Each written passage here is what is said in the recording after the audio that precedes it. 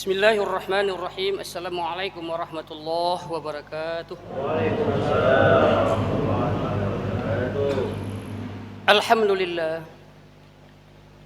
Alhamdulillahilladzi dzakiriman dzakarahu al-man'ina sabi bi rahmatihi aman kafarahu. Asyhadu an la ilaha illallah wahdahu la syarikalah wa asyhadu anna Muhammadan abduhu wa rasuluh. Allahumma salli wa sallim wa barik ala sayyidina Muhammad wa ala alihi wa sahbihi ajma'in.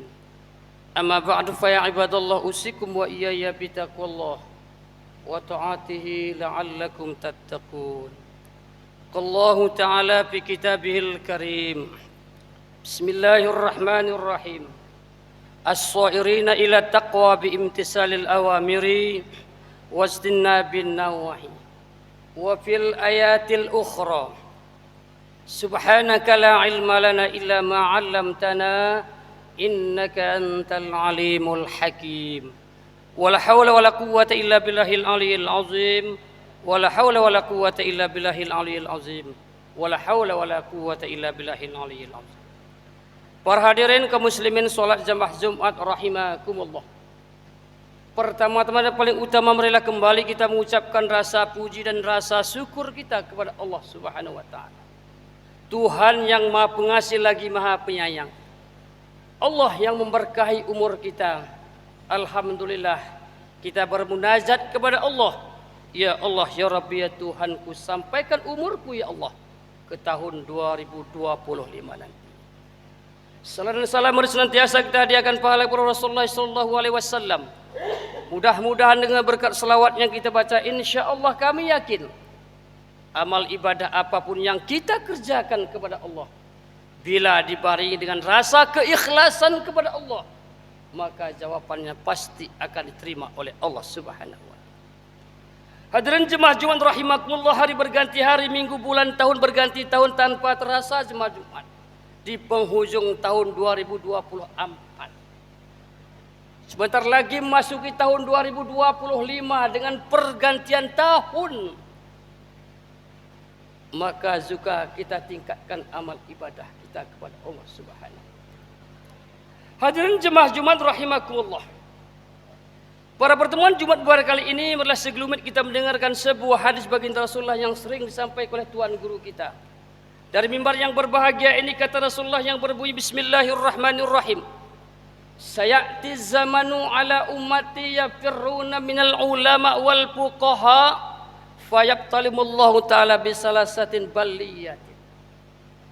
Selagi datanglah zaman atau masa kata Rasulullah, mereka itu lari atau jauh daripada ulama-ulama kita, dari ustadz-ustadz kita, dari tengku-tengku kita. Sekalipun itu namanya tengku kampung, mereka jauh tidak mau duduk diskusi bersama mereka.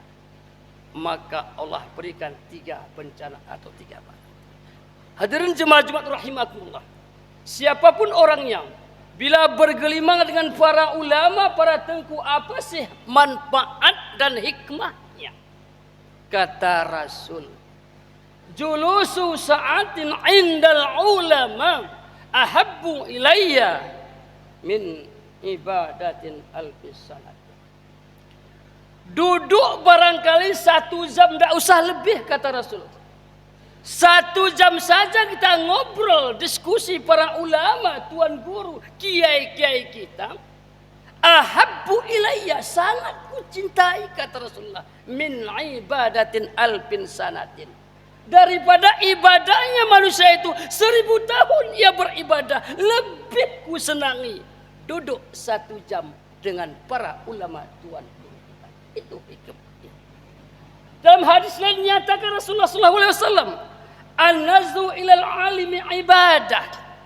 Memandang, melihat, memperhatikan para wajah ulama tuan guru kita, itu pun berupa ibadah Allah berikan kepada.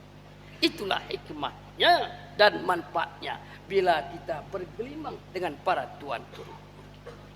Hadirin jemaah Jumat rahimakumullah, jikalau kita lari jauh dari para ulama tuan guru kita, apa sih mudaratnya? Pertama mudaratnya, yarfa'ullahu barakati min kasbihim. Allah angkat keberkatan usaha kita sehari-hari bila kita jauh. Itu maka tak heran kita jemaah Jumat. Selaku petani kah ia? Petani bersawah umpamanya. Kalau dulu orang tua kita dulu itu mengusahakan benih saja, tabur benih saja. Rendam benihnya barangkali 2 malam 3 malam. Itu saja udah dipanggil tuan guru kita, kiai, ustaz kita doain tatkala itu. Itu kalau dulu. Mau tanam begitu juga, doai, panggil kiai, panggil ustaz. Untuk apa? Maka hikmahnya sampai nisab dan hulnya juga mereka tidak lupa memberikan zakat yang sedemikian. Berkah usaha mereka. Bila jauh daripada ulama, maka Allah angkat keberkatan yang ada di dunia yang panah ini. Itu mudarat yang pertama. Mudarat yang kedua, manusia itu jauh dari tuan guru kita. Yusallitullahu sultana zaliman. Para penguasa, pemimpin kita dikuasai oleh orang zalim nanti. Mulai dari presiden, Pak Gubernur, Pak Bupati, Pak Camat, Pak Kecil. Bila orang itu zalim yang jauh dengan ulama, mereka benar-benar memikirkan kehidupan duniawinya. Pemimpin yang semikian itulah dikatakan pemimpin zalim, maka tidak ada kemakmuran masyarakat di kampung dimanapun mereka itu berada. Hadirin jemaah Jumat rahimakumullah. Baru-baru ini kita selesai telah memilih pemimpin kita jemaah Jumat. Usahakan jangan terjadi ibarat rumah jemaah Jumat. Rumah sudah siap, kok martir tetap juga bunyi. Justru untuk itu yang sudah biarlah berlalu. Mari kita mengubah nasib situasi kita. Kita doakan Aceh Tenggara ini menjadi Aceh Tenggara yang sangat dicintai oleh Allah Subhanahu wa taala. Ini mudarat yang kedua. Mudarat yang ketiga, bila manusia itu jauh daripada ulama tuan guru kita, yakhruju minad dunya bi ghairil iman. Keluar dari dunia ini, meninggalkan dunia alam fana ini. Manusia itu tidak membawa iman kepada Allah. Na'udzubillah min dzalik. Alangkah ruginya jemaah Jumat. Puluhan tahun kita beramal ibadah, di ujung-ujungnya ibarat anak kita calonkan, di pantuhernya gagal. Na'udzubillah, kecewa. Kalau anak itu lewat di pantuher pusat, tidak ada alasan. Syukuran namanya. Syukur kepada Allah, maka beramal ibadah kepada Allah. Di ujung-ujung sakratul maut kita meninggal dunia tidak membawa iman, maka rugi 40-50 tahun kita beramal ibadah kepada Allah SWT.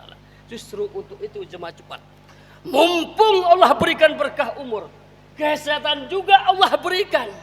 Bagaimana perasaan kita jemaah Jumat? Tatkala kita sakit Allah berikan, mampukah kita beramal ibadah kepada Allah SWT? Maka mumpung kita Allah berikan kesehatan, mari kita paksa diri kita beramal ibadah kepada Allah SWT.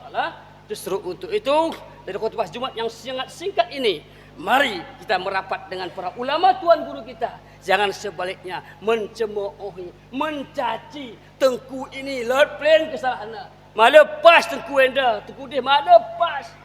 Tidak ada satu Tengku pun pas menurut dia selain diri pribadi sendiri.